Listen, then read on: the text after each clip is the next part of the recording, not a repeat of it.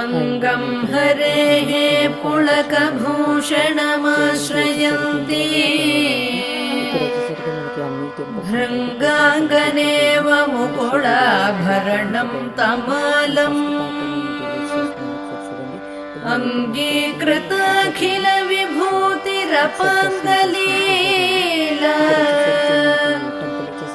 माङ्गल्यदास्तु मम मङ्गलदेवतायाः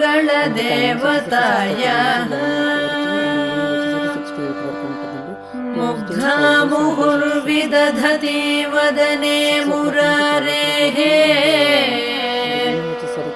प्रेमत्रपा प्रणिहितानि गतागतानि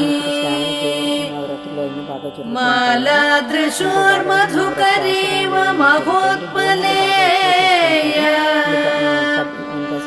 सा मे श्रियं दिशतु. నాలుగవ వారం వచ్చేసరికి శుక్రవారం ఉంటుంది కదండి. ఆ రోజు మనకి అన్నదానం చేస్తారు. అండ్ మీకు నచ్చితే please like and share and subscribe the channel.